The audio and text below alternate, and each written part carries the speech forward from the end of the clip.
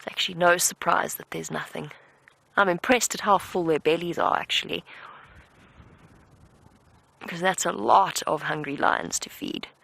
5 females, 8 cubs, and 2 males. Bearing in mind that a lion can eat roughly 5% of their body weight in one go. It's a lot of meat. Oh, the honeymoon couple. Oh, now the cubs have gone up to the male on the other side.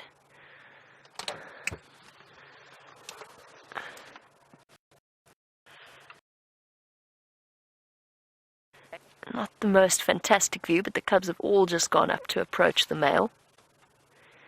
Oh.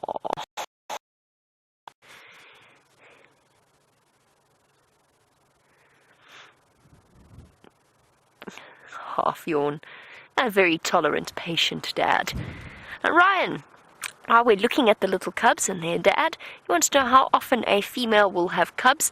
Roughly every 2 to 2.5 years is the average, but I'm saying that if that were to be in an ideal situation.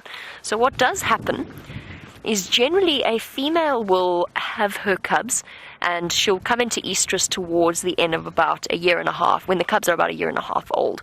She'll start to mate, but her first few estrus cycles, her first few mating cycles probably won't be successful, and then she'll fall pregnant again. But that will change, that average will change, because generally male lions are not in power for more than 2 years. In other words, not dominant over pride for much more than 2 years.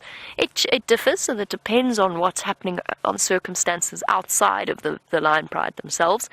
But that's the general situation, and it's to prevent the males from mating with their daughters.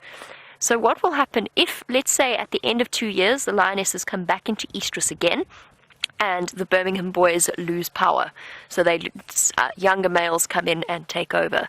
The females will go into a series of false estruses before they do actually go into a true estrus or a true heat cycle to fall pregnant, because they want to, their bodies, it's amazing how evolution has worked. I mean, they don't do this consciously, but their bodies, they don't want to waste the resources on falling pregnant. When males that in their first 6 months that have just taken over, there's a good chance they could be dispersed as well. So there's no point in wasting resources on cubs that are probably going to be killed. It's like the lioness's body knows that the males have to establish themselves before they start to produce offspring. It's incredible. Now that's a sort of the answer is really, because it differs. It depends very much on the circumstances. There's his injury, a little bit visible. I can't see inside. Oh, there we go. It looks a little better to me. Ah, that's much better.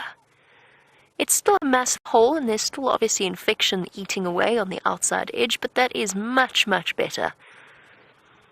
See, he's going to be absolutely fine.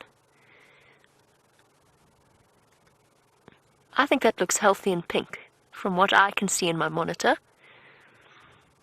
Well done, boy. You've done well. You've done really, really well. If we were a human being, we would be in hospital getting... Oh.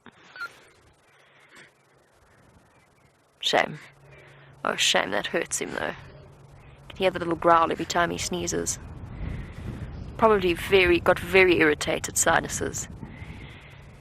But yes, if we were a human being, we are human beings.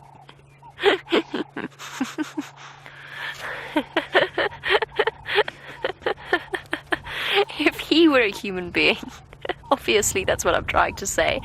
If he were a human being, he would be in hospital with intravenous antibiotics and on a whole number of different broad spectrums, and probably feeling thoroughly sorry for himself.